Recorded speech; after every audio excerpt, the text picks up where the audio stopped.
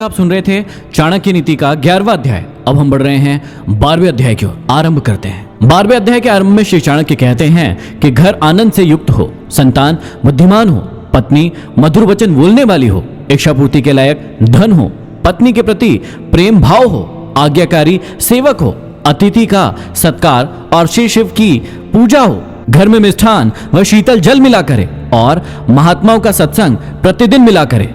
ऐसा घर सभी आश्रमों से अधिक धन्य है। ऐसे घर का स्वामी अत्यंत सुखी और सौभाग्यशाली होता है। आगे समझाते हैं कि जो पुरुष अपने वर्ग में उदारता, दूसरों के वर्ग पर दया, दुर्जनों के वर्ग में दुष्टता, उत्तम पुरुषों के वर्गों में प्रेम, दुष्टता से सावधानी, पंडित वर्ग में कोमलता, शत्रुओं में वीरता, अपने बुजुर्गों के बीच सहन शक्ति, स्त्री वर्ग में धूर्तता आदि कलाओं में चतुर है, ऐसे ही लोगों से इस संसार की मर्यादा बंधी हुई है। स्थान और समय के अनुसार जो कार्य करता है वह चतुर है। आगे समझाते हैं कि जो व्यक्ति दान, दया, धर्म से वंचित होकर गलत तरीके से कमाए गए धन पर अहंकार करते हैं वह नीच होते हैं। ऐसे व्यक्ति को अपने शरीर से मोह नहीं करना चाहिए। भाव यह है कि मनुष्य को इस शरीर से अच्छे कर्म करना चाहिए। आगे चाणक्य कहते हैं कि यदि वसंत ऋतु में करील के वृक्षों पर पत्ते नहीं आते तो इसमें वसंत का क्या दोष है? सूर्य सबको प्रकाश देता है, पर यदि दिन में उल्लू को दिखाई नहीं देता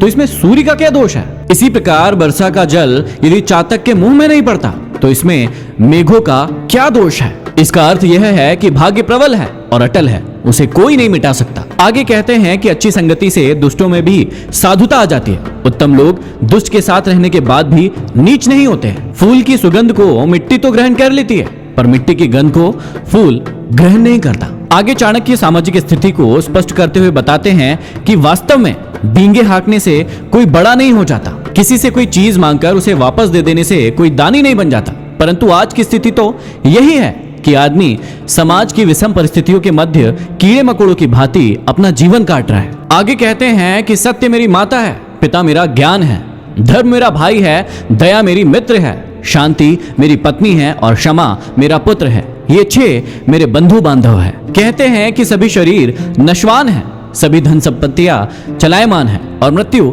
निकट है। ऐसे में मनुष्य को सदैव धर्म का संचय करना चाहिए। इस प्रकार यह संसार नश्वर है, केवल सत्कर्म ही नित्य और स्थायी है। हमें इन्हीं को अपने जीवन का अंग बनाना चाहिए। कहते हैं कि जो व्यक्ति दूसरों की स्त्री को माता के समान, दूसरे के धन को कंकड़ के समान और सभी जीवों को अपने समान देखता है वही पंडित या विद्वान है। आचार्य चाणक्य समझाते हैं कि बिना विचार के धन खर्च करने वाला, अकेले रहकर झगड़ा करने वाला और सभी जगह व्याकुल रहने वाला मनुष्य शीघ्र ही नष्ट हो जाता है। यहाँ चाणक्य समझाते हैं कि जितनी चादर हो उतने ही पैर फैलाना चाहिए। बिना हिमायती के शत्रु से झगड़ा करना उचित नहीं है। हर समय चिंता में रहने से स्वास्थ्य क्षीण हो जाता है और आदमी असमय ही अपने आप को खत्म कर लेता है। आगे समझाते हैं कि बुद्धिमान पुरुष को भोजन की चिंता नहीं करना चाहिए, उसे केवल एक धर्म का ही चिंतन मनन करना चाहिए। वास्तव में मनुष्य का आहार तो उसके जन्म के साथ साथ ही पैदा होता है। आगे कहते हैं कि धन और अन्न के व्यवहार में, विद्या ग्रहण करने में, भोजन करने में